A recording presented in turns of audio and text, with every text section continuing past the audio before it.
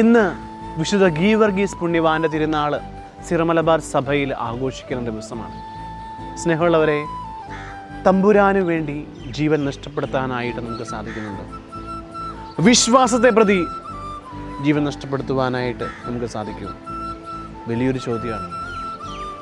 വിശ്വാസമുണ്ടെന്ന് പറയുകയും വാക്കുകൾ കൊണ്ട് അമ്മാനമാടുകയും പ്രസംഗങ്ങളിൽ വാചാലരാകുകയും ചെയ്യുമ്പോൾ ഒന്നോർക്കുക, എൻ്റെ ജീവിതത്തിൽ ആഴമായ വിശ്വാസമുണ്ടെങ്കിൽ തമ്പുരാന് വേണ്ടി എൻ്റെ ജീവൻ നഷ്ടപ്പെടുത്താനായിട്ട് എനിക്ക് യാതൊരു മടിയും ഉണ്ടാകില്ല.